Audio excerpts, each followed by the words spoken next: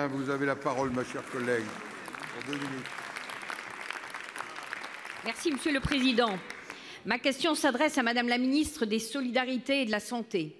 Madame la ministre, lundi matin, la France, la région Occitane, le département de la Haute-Garonne et particulièrement la ville du Lerme se sont réveillés sous le choc. Je souhaite d'abord apporter tout mon soutien et ma compassion aux familles endeuillées. Ce que redoutaient toutes les personnes concernées par la dépendance et par l'accueil réservé à nos aînés venait de se produire. Une crise sanitaire majeure dans un EHPAD, une situation dramatique avec le décès dans la nuit de 5 pensionnaires et l'hospitalisation d'une quinzaine de personnes. Je ne reviendrai pas, Madame, sur la chaîne des dysfonctionnements qui a conduit à ce désastre humain. Laissons la justice faire son travail. Vous avez insisté sur la volonté d'en comprendre les causes, de tirer les enseignements de ce tragique événement. Mais, Madame la ministre, nous connaissons une partie des causes. Je vous avertissais déjà au travers de ma question orale, tristement prémonitoire du 12 février dernier. Le manque cruel d'effectifs, l'absence de revalorisation des métiers du grand âge et de leur rémunération, l'épuisement du personnel qui régulièrement, se mettant en grève, tente d'alerter sur les rythmes de travail et dénonce les conditions de prise en charge de nos aînés. L'humain n'est plus au cœur de notre mission d'accompagnement des personnes âgées, alors même que certains EHPAD génèrent des profits substantiels. Madame la ministre, ma double question est simple. Le rapport Libault sur le grand âge et l'autonomie qui vient de vous être remis fait des propositions. Quand seront-elles mises en œuvre? Avec quel financement dédié?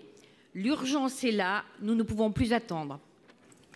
Pour vous répondre, la parole est à Madame la ministre des Solidarités et de la Santé. Madame Agnès Buzyn, vous avez la parole, Madame la ministre. Merci, Monsieur le Président, Madame la sénatrice Micouleau. Merci évidemment de me permettre de répondre sur un enjeu majeur de société. Nous sommes tous évidemment sensibles à ce drame qui est survenu dans la nuit de dimanche à lundi dans un EHPAD de votre département. Je m'y suis rendue mardi pour rencontrer les familles des victimes et les personnes qui ont été hospitalisées, ainsi que le personnel qui était aussi très choqué. C'est un personnel très engagé, d'après les familles que j'ai pu rencontrer. Il s'agit évidemment d'un sujet sur lequel une enquête est en cours, une instruction est en cours, et j'attends les résultats pour en tirer toutes les conclusions, et des mesures supplémentaires, si elles doivent être prises, seront prises dans les EHPAD pour assurer une chaîne alimentaire de très grande qualité. Il y a déjà des recommandations qui existent, qui ont été faites par la Haute Autorité de Santé en 2018. Il faudra voir si celles-ci ont été bien suivies. Mais au-delà de ce drame, vous posez une question beaucoup plus générale qui inquiète tous les Français, la prise en charge du grand âge et de la perte d'autonomie. Nous sommes tous concernés.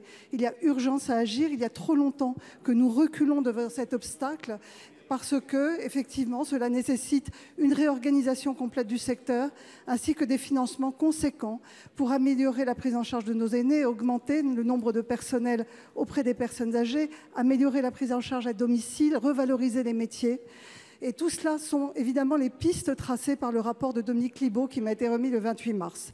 Un groupe de travail en urgence va m'apporter des conclusions sur la revalorisation des métiers autour de la personne âgée. Je pense que c'est l'urgence aujourd'hui pour rendre ces métiers de nouveau attractifs et veiller à la bientraitance des personnes âgées. Mais au-delà de ça, nous remettrons évidemment un projet de loi avant la fin de l'année sur la base du rapport qui m'a été remis avec les 175 propositions de Dominique Libault qui sont en cours d'instruction et qui vont être travaillées avec les différentes parties prenantes dans un espace de concertation. Tout cela sera prêt avant la fin de l'année. Je m'y suis engagée devant les Français. Je vous remercie. Vous avez quelques secondes, Madame Micouleau. Merci, Madame la ministre. Nous serons très attentifs aux résultats. Sachez que nos aînés méritent mieux qu'un abandon de la solidarité nationale et nos personnels soignants méritent mieux aussi qu'un désengagement de l'État. Merci.